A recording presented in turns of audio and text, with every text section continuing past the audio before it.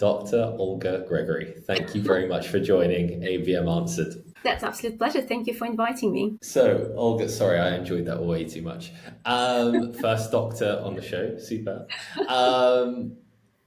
So, Olga, a question that I just like to ask is how did you end up in this crazy B2B marketing ABM world? It'd be great to hear a bit about some context for the listeners, about your story and kind of where you are today and how you're operating in ABM. Yes.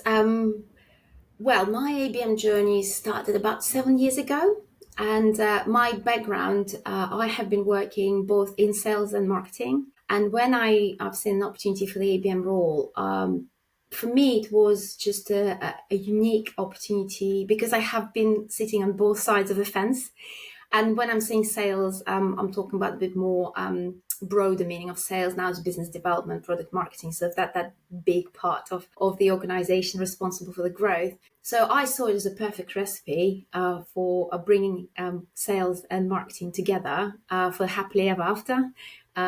There were sort of talks about that the marketing is always like a stepchild of sales in the organization, but not anymore. So I took it as an opportunity, and I've been establishing and evolving ABM at the beginning of my ABM journey at the software development company as a part of the global team.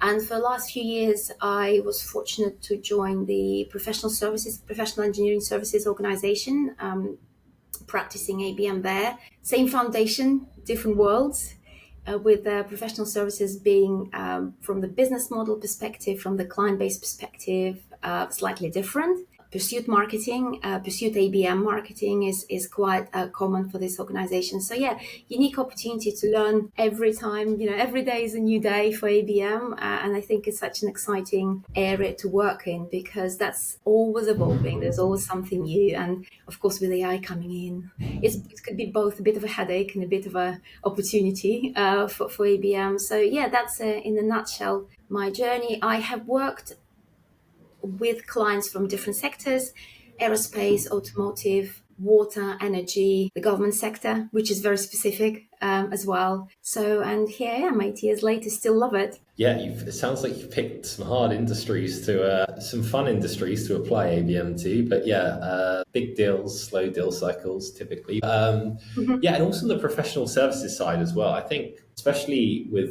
well, actually, I guess I'm thinking more of the consulting side, like the consolidation and how AI is like completely shaking that industry right now. Like ABM or like good marketing is going to be even more important than ever, just to kind of tailor, contextualize message. So lots of depth then. This is awesome because I have compiled, well, I say me, Haja, I've got to give him more credit, sorry, has compiled a list of community questions that we're going to throw your way and we're going to go through them one by one. So if you're ready, challenge one came in from Mustafa Chowdhury at HackerRank. Mustafa asked, what's the most actionable data for your use case that translates directly to tactics or program scenarios that you use today?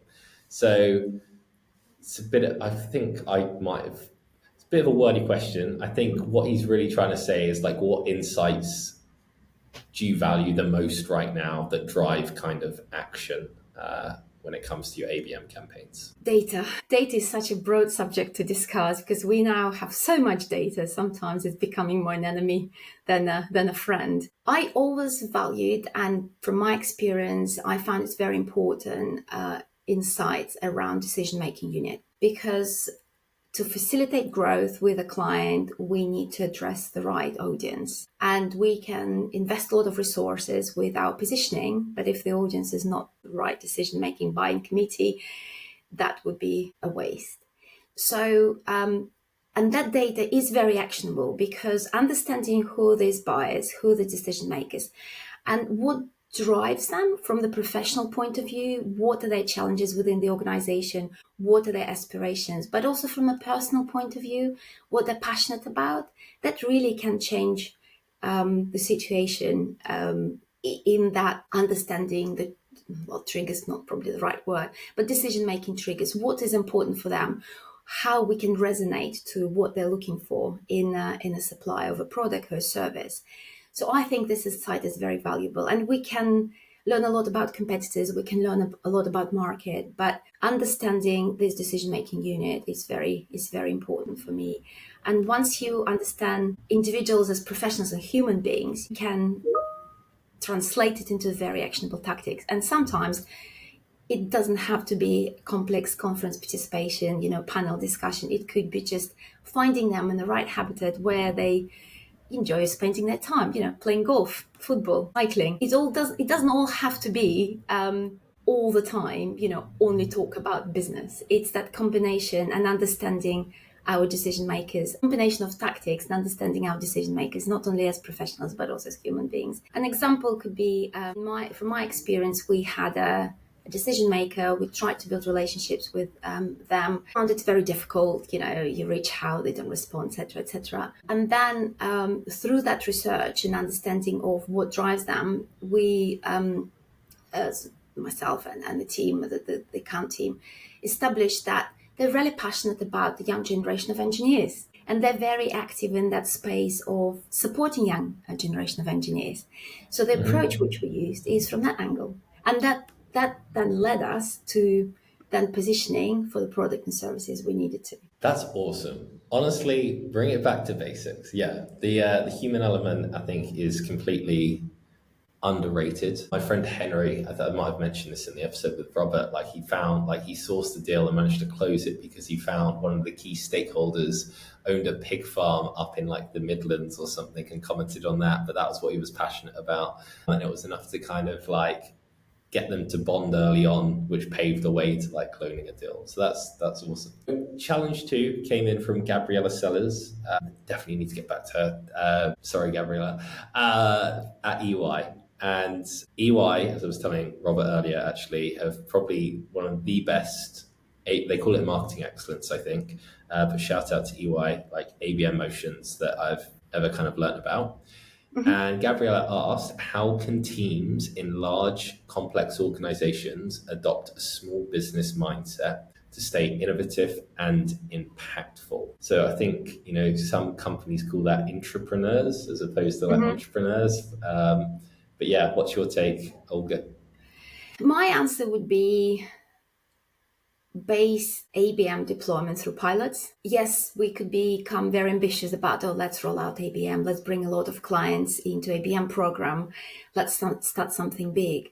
But I think the specifics of ABM, it's always unknown. Yes, there are foundations which work and we know they work, but looking at ABM as a smaller section, segmented scenarios, scenario ABM is something what the Inflection Group experts are talking about as well.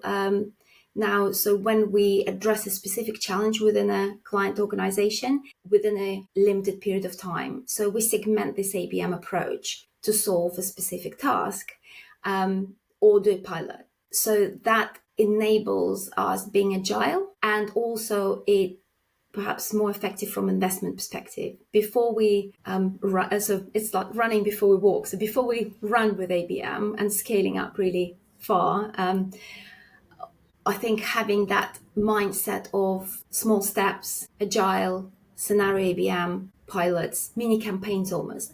And when we have a collection of these wins, they almost become a part of a jigsaw puzzle to enable us to roll out a bigger or scale up ABM, because we already have proven examples of what worked for our organization. Yeah, I really like that.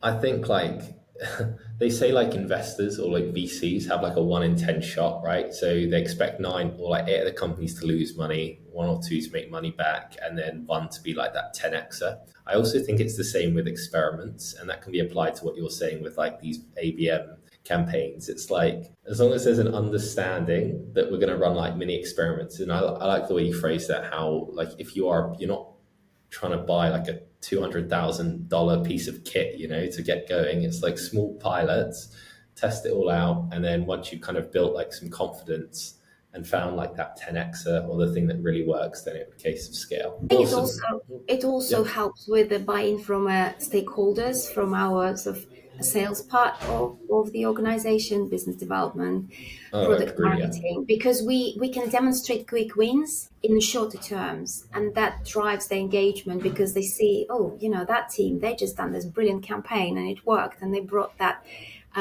strengthening relationships or positioning within the client organization, which then led the way to revenue. So from that buy-in perspective is also very helpful. If we start ABM and it takes a lot of time to kick in, with the client research, with all the steps, and it's becoming almost like such a long journey that people lose that interest, and then there's something else, another shiny thing within the organization, so that their sort of attention will be redirected there. So I think that mini campaigns, scenario ABMs, they enable us to be more agile, demonstrating these quick wins and getting buy-in from the broader stakeholders community. That's actually a good bit of tactical information. That, yeah, you're right. You're going to definitely see a bit more kind of indicators of if it's working or not if you do work with sales rather than just kind of running a longer campaign. Superb. Right, challenge 3 came in from Mason Cosby. So we've gone from like big enterprise here to,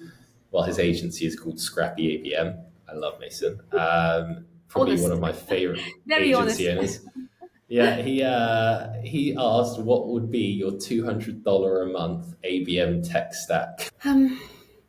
Sometimes it doesn't even have to be $200 a month. It could be free tech stack.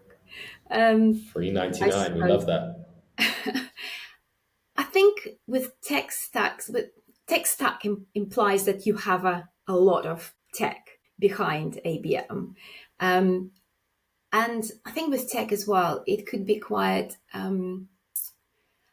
tempting, start big, or let's bring big platforms, which will then, we anticipate, going to do everything for us. And it's always a challenge because when you start with ABM, when the buy-in is not quite there, the resource is not quite there, I think it's very important to understand that ABM doesn't have to be expensive, especially at the beginning when we do this little pilots and trying to find the right way, how it works best within the organization. I always find that client insight is very important. And a lot of client insight can be captured without a tech at all. It's a lot of wisdom, or let's say, or with free tech. There's a lot of wisdom within the organization, within the client's teams or sales teams. Some, results of the conversations, of insight on the client, which sits somewhere, in spreadsheets or somewhere on OneDrive. I find it's amazing how, though we do think that every organization has a CRM nowadays, well, that's not the point. Large organizations, which are very successful on the market, they do operate without CRM, surprisingly. I was surprised at how many bigger companies still use spreadsheets for like really simple things, and also when it comes to deals. Sorry, ADHD, going off on tangents here. But it's like when it comes to deals, sometimes you're not battling competitors. The competition is like the traditional spreadsheet. Like it's super easy to use, and an intern can use it. So it's it's quite easy to delegate and like offshoot. So that's a really interesting point. I didn't realize about the CRMs though. I mean, that's pretty critical. I think that's a side piece, and as an ABM, understanding where there's pockets of wisdom and intelligence lie and how bring them together to weave that sort of a picture of the account and the insight for that account, which already exists within the organization, that could be quite powerful. From the tech perspective, I think to avoid that risk of, again, running before we walk, bringing big platform in, which then nobody will use, it's a mindset change which is required. So I find helpful to start from something which is already working well, and people already tend to use that tech for their everyday operations, or most of your internal stakeholders use it. I quite like LinkedIn Sales Navigator. It's something which, it won't break the pocket, it won't break the bank.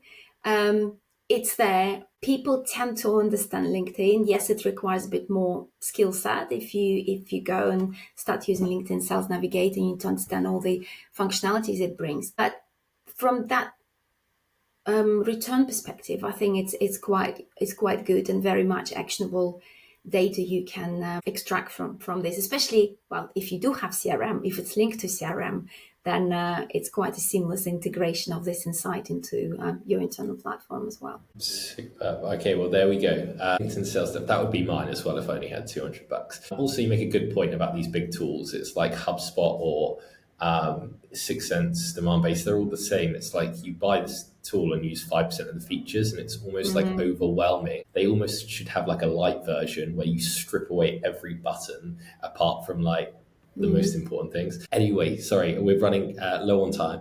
Challenge 4 came in from Damana Markova. I used to work with Damana.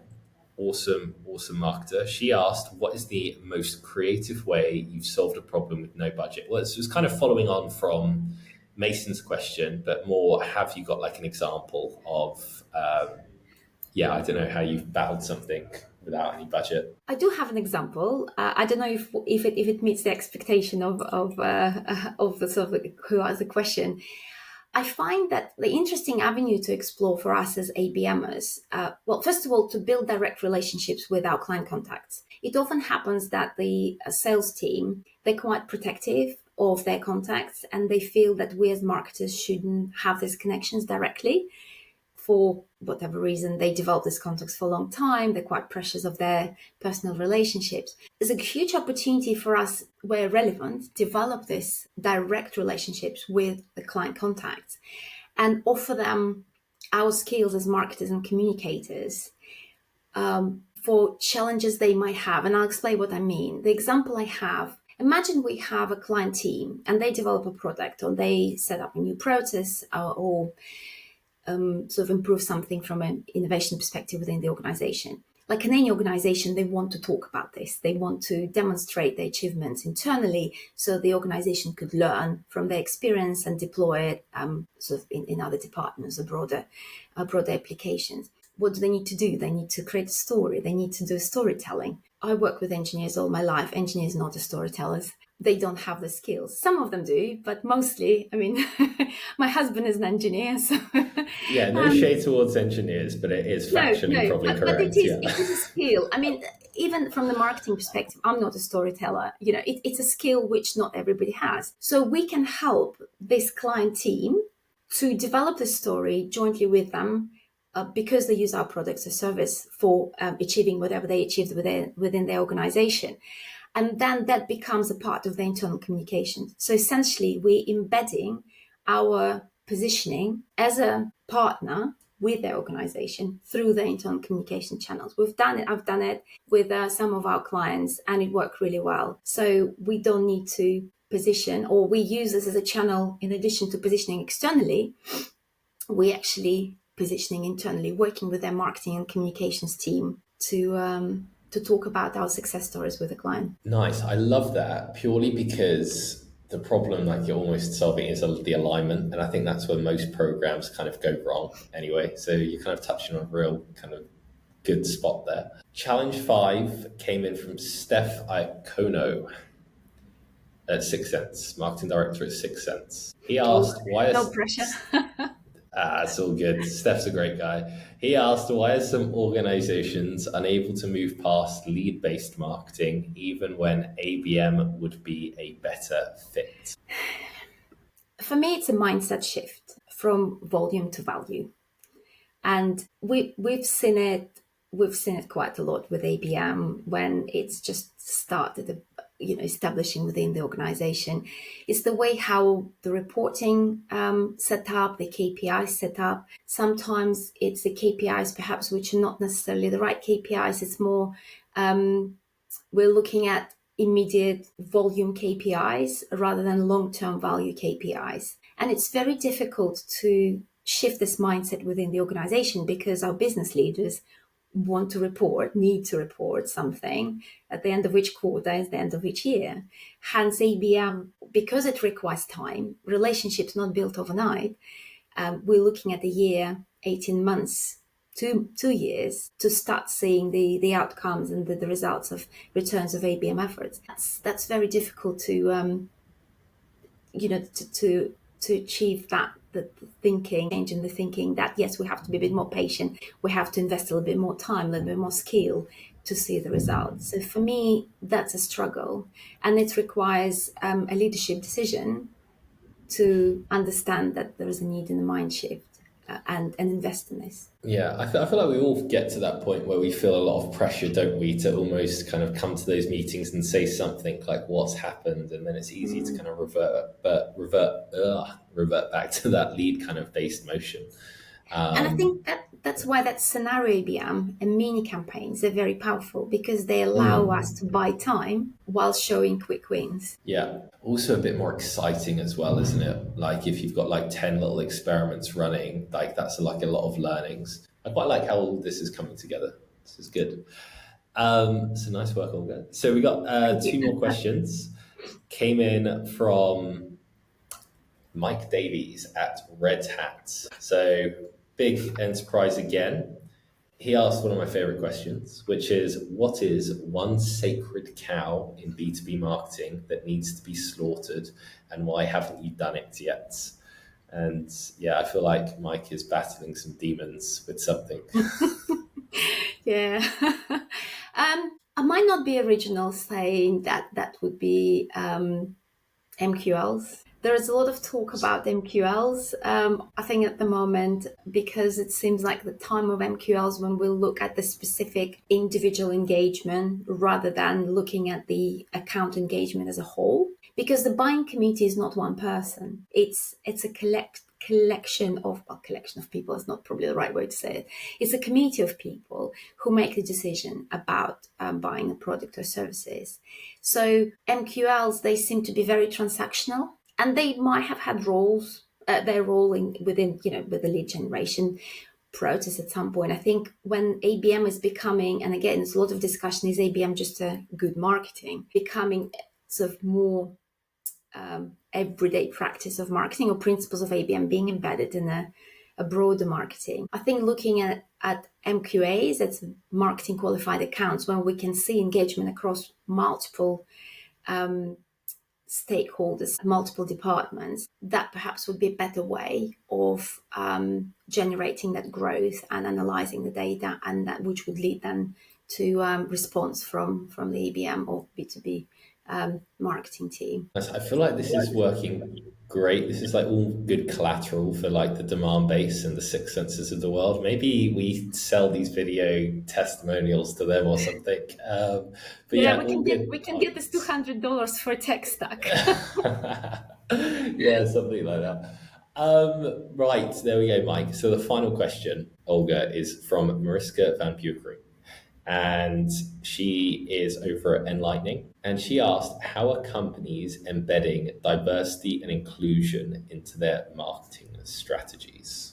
Well, it's a very big question. How are companies in general embedding? It's a huge question, and I think Mariska is quite interesting because she's got the B2C and B2B marketing background, and originally I really struggled for an answer to this one myself. But yeah, there is quite a few different ways that have cropped up. But yeah, take it away. It's worth a PhD topic, a bit of a research. I think what I've seen from my experience, and I might touch the aspect which is maybe not you expect me to touch from the diversity perspective. I think what we're seeing, what from my experience I see from diversity perspective in the offering, in the positioning of the organization, of services or products, it's including the different voices from within the organization, different expertise. So there was a report a couple of years ago done by HSMA about the buy index, and their statistics, for example, show that the decision makers either consider ESG or EDI as a very important part. So 50% of organizations now consider ESG or EDI aspect of the offering as a either must-have or essential for their decision making. Diversity from the point of view of offering to what we offer to the client, not necessarily on the technical part of a product or service, But what comes with it as well, how we as an organization address ESG, economics, social and government, how we address EDI, how we address upskilling, what we bring from the upskilling perspective. So I think it's very important to hear different voices within our own organization to ensure that our offering is diverse from that point of view. I also, from a diversity perspective, are quite fascinated by how different cultures perceive context of communications, and do we address this in our offering? How we position so we could address this cultural differences, colors, for example. Large B2C corporations, they do develop different brands for different parts of the world, where different colors have different perception. I think it might be a simple thing, but sometimes or often simple thing makes a huge difference. I really like that a lot, because I definitely think we don't do that enough. And even across like Europe as well, it's like if you compare the UK to Germany, for example, completely different. Like we operate in both, but it's like completely different like approach, everything. They care about different things. That's a nice way to think about it. Yeah. Again, it's that touching this human part. Another aspect of this is accessibility. An example could be visual impaired people. Color is very important for them. For example, red, green, and brown, it's difficult for them to engage with. And how many companies have red as their main color of a brand? And I think being mindful of these things, which again, there might be simple things, but make a huge difference of addressing that, being inclusive for our audience and for our clients. That's solid. I feel like you answered that very, very well, because, well, definitely better than I could have answered that. So there you go, Mariska. I actually spoke to her today. I'm going to send this on to her afterwards. Right, Olga. They're the questions done, but I have two for myself, just very quickly, and then I'll let you go. So just for fun, we build a lot of technology at ABM answered. We used to build a lot more. Now we're like kind of drilled into the ABM tools that are working, which is kind of fun, like point solutions. If you could invent a tool or technology, what would it be and why? And it doesn't have to be related to ABM or marketing. It could be a flying car, but I'm curious to always see what's on people's minds. I think I'll stick to a BM one, because Okay. who knows, it might be invented and make our life much easier. I could think about, we talked about the importance of understanding decision-making unit, and that people on the buying committee who make decisions from different perspective, from their professional interest and personal interest. I could think about like Intent Wizard, where this tool, you bring a few details of the person, and this tool would bring up why they would make certain decisions within the organization, what drives them, what they like, what they don't like, basically doing all this hard work for us and giving 3 key points or 3 key steps. Now, this is information. That's what you should do. You should invite this person for a cup of tea, or you should invite them to be a panelist at one of the events. So really kind of doing all this hard work of researching and profiling, and then suggesting what would be the best way forward. So I think that'd be awesome. Wizard. And it needs to be like loops constantly, right? So if they post something on Instagram or Twitter, or like you said, the tea example, they're at the Ritz, I don't know, they like that sort of stuff. It's like feeding that into the sales team and like scheduling everything. Yeah. Cool, that would be good. There must be someone working on this. I mean, but I think it exists, some elements of this in some degree, but not all together. Yeah. Right, Olga, and the final question I'll ask is, do you have a question that you would like me to go away and ask some other ABMers? I do, because I'm genuinely interested in what the answer would be. I actually have 2. May I? Oh, go on then. We'll see. Yeah, it depends how good they are. So the first one, what would be the advice to an ABMer who just started their journey? Well, just one advice they could give, and the seasoned ABMer. So that's one question. What would be one piece of advice they would give based on their experience? And my second question would be, what do they have any tips to share how ABM should or should not integrate with broader marketing? Product marketing, okay. So Yeah, it's a good one. Broader marketing, not Oh, the broad marketing. broader Yeah, so the marketing. general Yeah. brand marketing, broader marketing. So what are these tips for ABM integration with a broader marketing function?